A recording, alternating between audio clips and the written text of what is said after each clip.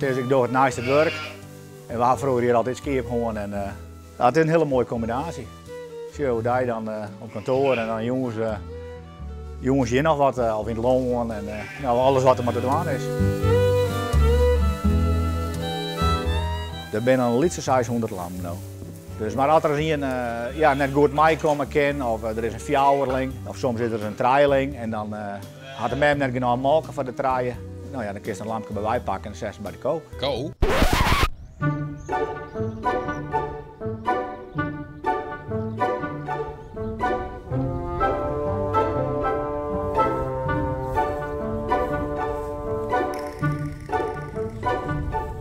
Ze bleef mooi bij de kei. Toen ze voor het eerst de boet gingen, dan denken we toch, we zullen de lampjes wel tillen moeten. Maar nou ja, ze rond ze achter komen, want dat was geen punt. Toch, ze denken echt dat het een mem is. Dus. Ja. In het begin dan zetten we de lampjes eronder. En dan leer ze het heel gauw. Dan weet ze het eigenlijk in die, weet ze het wel te vinden. Alleen in het begin dan lieten we ze net continu bij de ko. Want als hij er even lezing gaat, dan kan er wel een lamp komen. Dan overleven ze het net.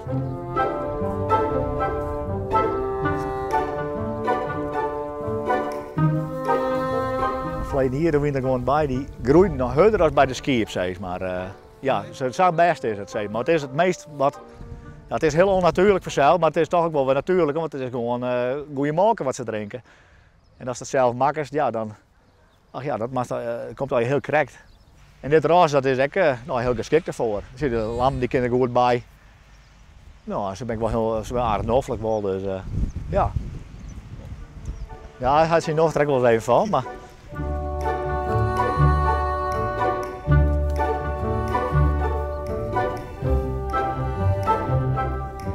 Ik had nog net vernaam. Nee, net dat ze denken van nou, ik ben ko of zo. Nee, net dat ik het weet, maar misschien moet ze wel dingen leren, hè, om in een cap op mijn oor. Ik weet het net. Maar als je later komen ze gewoon tussen de oorlampen en dan verneemt ze er niks meer van, ja. Als ze bent een beetje smarrig, want ze schieten er wel eens op. Dan vind ik het heel goed.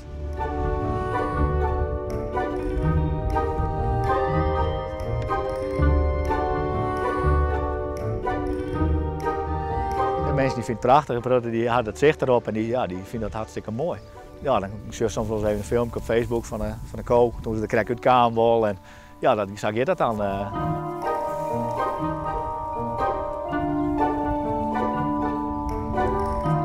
In juli dan doe ik in de regel de lam bij de skiën bij. En dan is het ook mooi tijd voor hun om dat te doen. En dan moet ze even aanwennen en dan gaat hij droeg. Ja. En dan hopen we dat we het oren werden, dat wel een keer.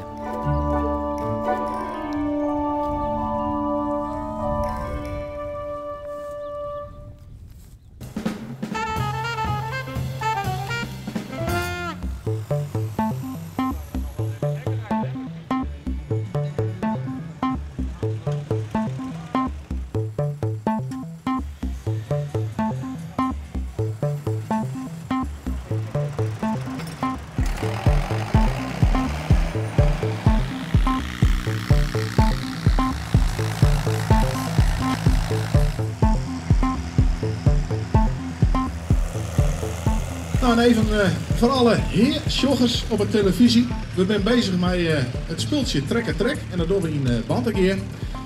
Het is heel simpel. We joggen gewoon waar het vierste komt met de trekker. En dat doen we met een sleepkar erachter die steeds zwidder en zwidder wordt.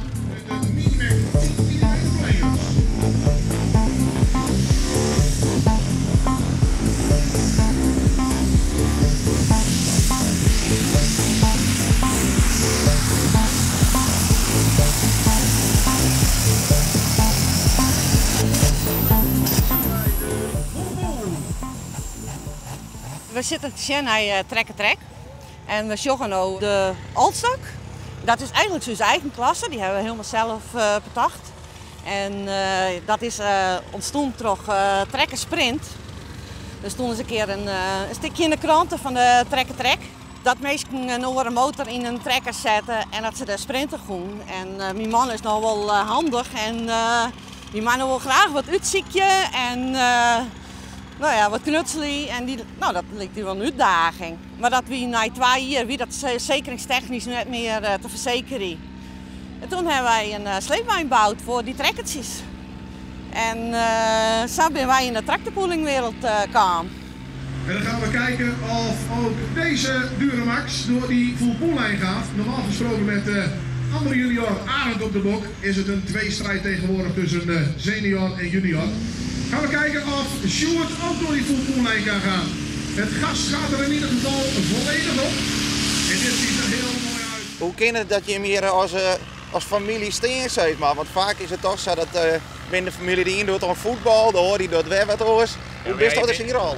Je bent er vanaf jongs af aan mij opgegroeid. Hè? Hoe oud wie ik 12? Dat ik maaigong zeg maar. Dus ja, van het begin af aan ben ik op maaigong. Ja, ik ben er helemaal ingegroeid. Het wachten is op Hanny op het einde van de baan tot zij de baan vrijgeeft.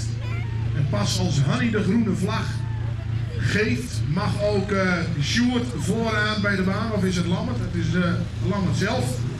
Dat hebben we nu. 3 keer groen. Dat betekent dat wij gaan optoeren op zoek naar die 4500.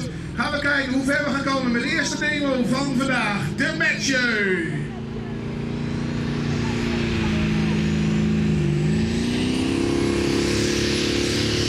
Wat kunnen we verwachten? We hopen een hele spannende wedstrijd.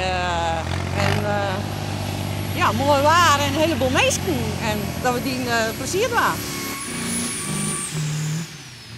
En hoe zwaar je er nou voor dat je hier goed in bent? Want ik moet eerlijk vertellen, ja, ik ben echt een kneus op dit gebied. Ja. Nou ja, in principe het gewicht en alles is gewoon heel belangrijk. Bandenspanning, trekhek, hichten. Ja, en als er één foutje maakt bij zo'n snelle trekker, ja, dan kan je gauw buiten de baan rijden. Of dat is gas waarom is dan, dat het uitrent is maar.